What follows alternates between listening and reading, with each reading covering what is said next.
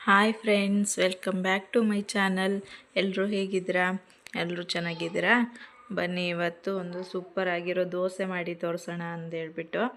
ಹಾಗೆ ಉದ್ದು ಮೆಂತೆ ಏನು ಯೂಸ್ ಮಾಡಿದೆ, ಬರೀ ಮೊಸರು ಹಾಗೆ ಕಾಯಿ ತುರಿ ಎಲ್ಲ ಯೂಸ್ ಮಾಡಿ ಸೂಪರ್ ಆಗಿರೋ ದೋಸೆ ಮಾಡಿ ತೋರಿಸ್ತೀನಿ ಇವತ್ತು. ಎಷ್ಟು ಚೆನ್ನಾಗಿ ಕಾಣ್ತಿದೆ ಅಲ್ವಾ? ಇದನ್ನ ಹೇಗೆ ಮಾಡೋದು ಅಂತ ನೋಡ್ಕೊಂಡು ಬರೋಣ ಬನ್ನಿ.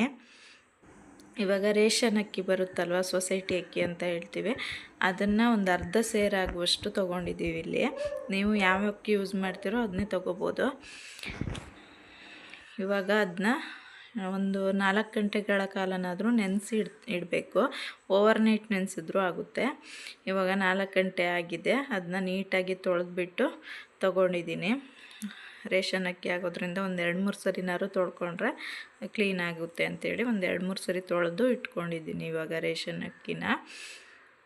ಅದಕ್ಕೆ ಬೇಕಾಗುವಂತೆ ಇವಾಗ 1 ಲೋಟ ಆಗೋಷ್ಟು ದೊಡ್ಡ ಲೋಟದಲ್ಲಿ, ಈ ಥರ ಲೋಟದಲ್ಲಿ 1 ಲೋಟ ಆಗೋಷ್ಟು ಮೊಸರು ತೊಗೊಂಡಿದ್ದೀವಿ. ಭಾರಿ ಹುಳಿ ಇರೋದು ತೊಗೋಬೇಡಿ, ಫ್ರೆಶ್ ಇರೋದಾದರೆ ಚೆನ್ನಾಗಾಗುತ್ತೆ. ಹಾಗೆ ರುಚಿಗೆ ತಕ್ಕಷ್ಟು ಉಪ್ಪು, ಹಾಗೆ ಒಂದು ಅರ್ಧ ಕಾಯಿ ತುರಿ, ಅರ್ಧ ಕಪ್ಪು ಕಾಯಿ ತುರಿ ತೊಗೊಂಡಿದ್ದೀನಿ. ಕಾಯಿ ಜಾಸ್ತಿನೂ ಬೇಕಾದ್ರೆ ಯೂಸ್ ಮಾಡ್ಬೋದು, ಆದರೆ ಇಷ್ಟು ಸಾಕಾಗುತ್ತೆ. ನಾವು ಅರ್ಧ ಸೇರಕ್ಕೆಗೆ ಇಷ್ಟು ಕಾಯಿ ತುರಿ ಹಾಕಿದ್ರೆ ಚೆನ್ನಾಗಿರುತ್ತೆ.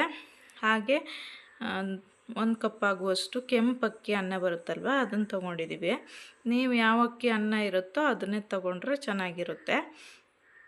ಹಾಗೆ ಇದಿಷ್ಟನ್ನು ಇವಾಗ ಚೆನ್ನಾಗಿ ನುಣ್ಣಗೆ ಮಿಕ್ಸಿ ಮಾಡ್ಕೋಬೇಕು. ನುಣ್ಣಗಿದ್ರೇ ಈ ದೋಸೆ ಚೆನ್ನಾಗಿ ಬರುತ್ತೆ. ಗ್ರೈಂಡರಿಗೆ ಹಾಕಿದ್ರೂ ಚೆನ್ನಾಗಾಗುತ್ತೆ, ಮಿಕ್ಸಿಲಿ ರುಬ್ಬಿದ್ರೂ ಚೆನ್ನಾಗಿರುತ್ತೆ. ನೀವು ಯಾವ್ದು ಅನುಕೂಲ ನೋಡಿ ಅದರಲ್ಲೇ ರುಬ್ಕೊಳ್ಳಿ.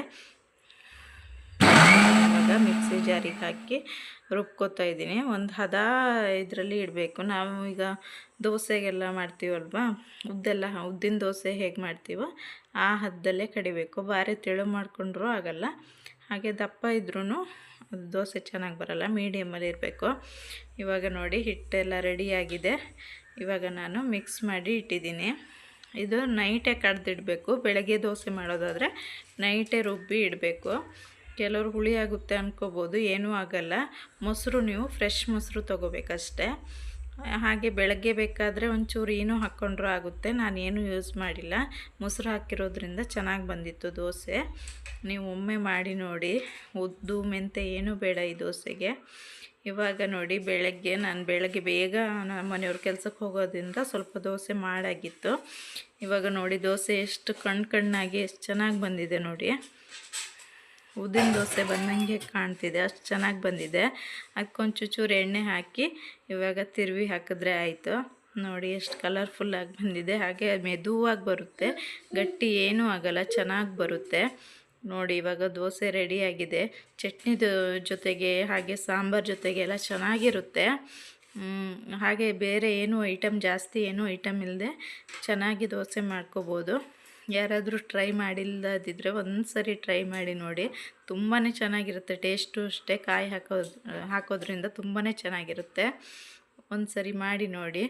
ಓಕೆ ಫ್ರೆಂಡ್ಸ್, ಇವತ್ತಿನ ವಿಡಿಯೋ ಇಲ್ಲಿಗೆ ಎಂಡ್ ಮಾಡ್ತೀನಿ. Thank you for watching. Bye bye.